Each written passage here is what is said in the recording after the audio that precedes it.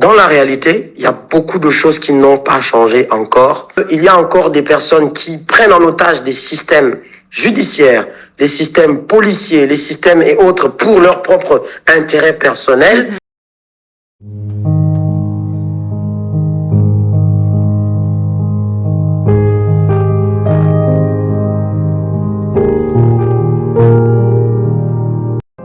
Stéphane Zeng, de l'activiste aux responsabilités, Objectif Réalité, explore ce qui change lorsqu'on passe de la dénonciation à l'action. Avant de parler de votre engagement et de vos responsabilités actuelles, j'aimerais revenir à une période où votre histoire se construisait encore loin du Gabon. Vous êtes arrivé en France et cette expérience a profondément marqué votre regard. Vous souvenez-vous de votre tout premier jour en Europe ? Qu'est-ce qui vous a le plus marqué à ce moment-là ? Quand je pars en France, donc mes parents se battent. J'arrive en France, la vieille m'avait donné un billet collé de 500 euros. J'avais un billet de 500 euros et je suis arrivé à Clermont-Ferrand. Et quand j'arrive là-bas, il se trouve que elle n'arrive plus à m'envoyer ce qu'elle avait normalement promis de m'envoyer chaque fin du mois. Et donc, je me retrouve dans un loyer que je dois payer à 200 euros à l'époque. Imaginez que j'ai que 500 euros quand je pars. Hein. Donc, je prends un abonnement pour trouver cet appartement à 150 euros auprès d'une agence. Il me reste 350, donc je calcule. Heureusement, j'ai vécu longtemps chez un cousin. Mais quand je prends mon appartement, il me reste pas grand-chose.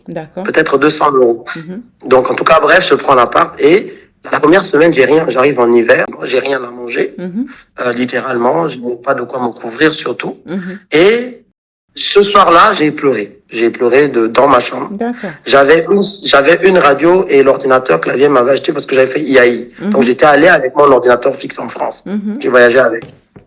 Et je me suis dit, mais qu'est-ce que je suis venu chercher ici en fait? J'étais chez moi, j'avais une maison, j'étais boursier à l'IAI. Qu'est-ce que je suis venu chercher ici en fait? C'était une question existentielle. Et ce soir-là, j'ai dormi comme ça, j'ai doublé les vêtements parce que j'avais pas de drap, j'ai doublé les vêtements. Et le lendemain, la voisine, qui avait 50 ans à peu près, gérait cette maison à 2 niveaux. Et elle est rentrée avec le double des clés, elle a trouvé qu'il faisait hyper froid. Et elle me dit, mais pourquoi il fait si froid chez vous? J'ai dit, parce que j'attends que les parents m'envoient les sous, etc.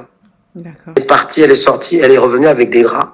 Elle est revenue avec des couettes, elle est revenue avec un radiateur. Et puis elle m'a dit, ne soyez pas inquiets si vous voyez que votre frigo est rempli. Parce qu'il y avait un frigo dans la maison, autour, il y avait des meubles en fait.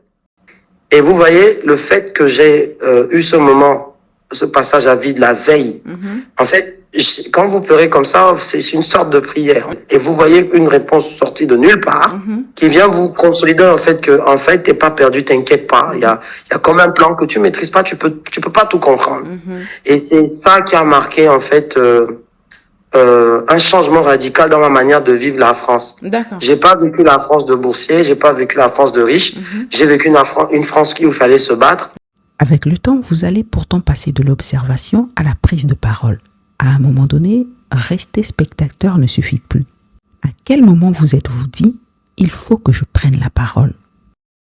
30 août 2016. 31 août même. 31 août 2016. Parce que on est à Grenoble.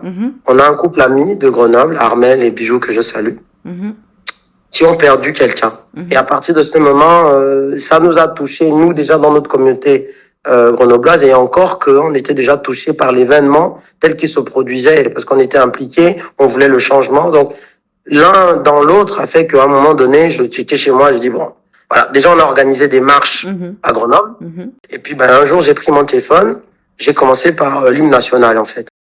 C'était le point de départ de tout pour moi. Ensuite, après le coup d'état politique d'août 2023, votre parcours prend une nouvelle direction. Vous passez d'une position où vous pouviez dénoncer et interpeller à une position où vous devez désormais agir et prendre des décisions. Qu'est-ce que cette nouvelle étape a changé dans votre manière d'analyser les problèmes du pays? Ma manière d'analyser les problèmes, la méthode d'analyse est la même et les constats pour moi sont exactement les mêmes. Mais la manière de les aborder pour les résoudre a changé. Au niveau institutionnel, c'est que maintenant tu as le contact direct des responsables de ces organisations à qui tu pouvais pas parler avant parce qu'il y avait la défiance, parce qu'ils te considéraient comme un moins que rien, parce que c'est un régime autre, etc. Aujourd'hui, si on a des contacts, notamment, prenons le cas du président de la République, des ministres, mais s'il y a un problème, je ne vais plus revenir sur les réseaux sociaux dénoncer.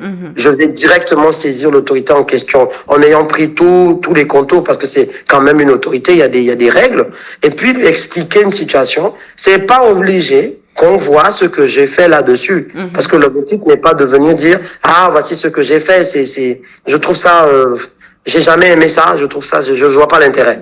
Que la personne que tu as aidée sache ce que tu as fait pour elle, c'est le plus important. Donc, je n'ai plus à faire de live pour traiter de sujets et je ne suis pas toujours à l'initiative du démarrage d'un sujet. Ça peut arriver par un autre collègue qui, lui, est toujours dans l'action directe avec le live directement parce qu'il n'a pas le même accès. Et moi, je vois ça ou on m'envoie ça et je dis, tiens, je vais appuyer parce que il faudrait que telle ou telle personne puisse aider dans telle ou telle situation. Donc, ça change la manière, mais ça change pas le fond. Ok. Et lorsque l'on devient soi-même acteur du système que l'on critiquait auparavant, le regard de la société change également. Certains attendent des résultats. D'autres peuvent considérer que l'on a changé de camp. Qu'est-ce qui change vraiment quand on passe du militantisme aux responsabilités? Moi, je savais que par rapport à la cohérence de mon histoire, je ne pouvais pas me tenir à l'écart des lieux de décision de ce nouveau régime qui allait commencer.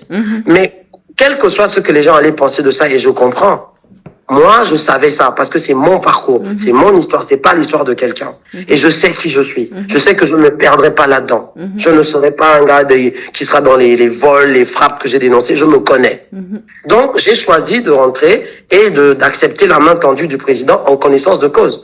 Après votre parcours, votre engagement et maintenant votre expérience au cœur de l'action publique, vous avez certainement un regard différent sur les réalités du pays. Alors, selon vous, quelle est la réalité que les Gabonais refusent encore de voir en face? Les Gabonais, qu'est-ce que c'est que les Gabonais? Je pense que les Gabonais, si on doit généraliser les Gabonais, quand ils ressentent quelque chose et qu'ils le voient au quotidien, ils disent ce qu'ils ressentent. Ils voient un président, par exemple, aujourd'hui, qui est engagé et ils reconnaissent que le président a la volonté de changer les choses. Les Gabonais le voient. Mais ils te disent juste, on n'a pas confiance parce qu'on retrouve les mêmes éléments de l'entourage. Qu'est-ce qu'ils vont lui recommander? Ils vont lui conseiller quoi? Puisque les mêmes ont mené le pays. Et c'est légitime. On ne peut pas dire qu'on est venu changer un système et on légitime encore facilement le fait que les éléments de ce système qu'on est venu changer sont là. D'ailleurs, on a beau faire les choses comme on veut, dire ce qu'on veut, ça on ne peut pas dire que c'est pas logique pour les Gabonais. Vous avez connu plusieurs positions, celle de l'observateur, celle de l'activiste, celle du critique et aujourd'hui, celle du responsable qui doit contribuer à construire. Si vous pouviez adresser un seul message aux Gabonais qui vous regardent aujourd'hui, quel serait-il? Tant que chacun d'entre vous ne trouvera pas sa place, la bonne place dans cette société gabonaise, sachez-le, le Gabon aura des difficultés à avancer. Parce que la force d'un pays, c'est de savoir utiliser le mieux possible les ressources de ce pays. Et les premières ressources, c'est l'humain. Donc, soyez conscients que si un président gabonais ne règle pas le problème de l'implication inclusive de la jeunesse notamment, parce que c'est 50% de la population gabonaise, voire plus, il ne pourra pas réussir. Donc, il a l'obligation de traiter, je dis bien l'obligation, de traiter les problématiques rattachées aux jeunes. Maintenant, à nous, les jeunes, à vous, les jeunes, d'être prêts par votre mentalité, par votre perspective, la vision. Si on vous dit, formez-vous, faut acquérir de nouvelles compétences, allez-y là-bas, vous inscrire pour un, vas-y mon frère, va, acquiert, rends-toi utile. Et si tu vois qu'on ne t'utilise pas, tu peux le revendiquer, tu as le droit de le manifester. Et plus que tout encore, cherche tes solutions, deviens autonome. Et tu verras que petit à petit, l'oiseau fait son nid. À un moment donné, ton destin va rencontrer ce qui va le booster. Et tu peux devenir l'exemple que tous les autres attendent, le booster que tous les autres attendent, le grand employeur que tout le monde attend, en ayant cette mentalité toujours prêt. On connaît parfois une fonction, un engagement, une prise de position, mais on connaît moins l'homme qui se trouve derrière. C'est aussi cet homme que nous avons voulu rencontrer aujourd'hui. Merci d'avoir accepté de partager avec nous votre visage et votre parcours.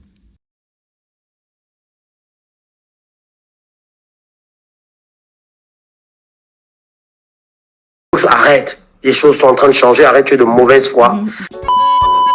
Toi, tu n'es pas payé pour venir gaspiller les choses. Non, parce que comment tu peux dire que c'est mauvais? La compétence fait que même quand quelqu'un ne t'aime pas, si tu es le plus compétent dans ton domaine, il est obligé de venir te chercher. Les sorciers, il faut les chasser, c'est pas possible.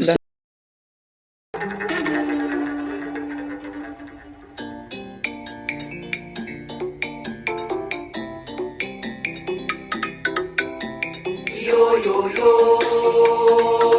vamwana nzeni haya.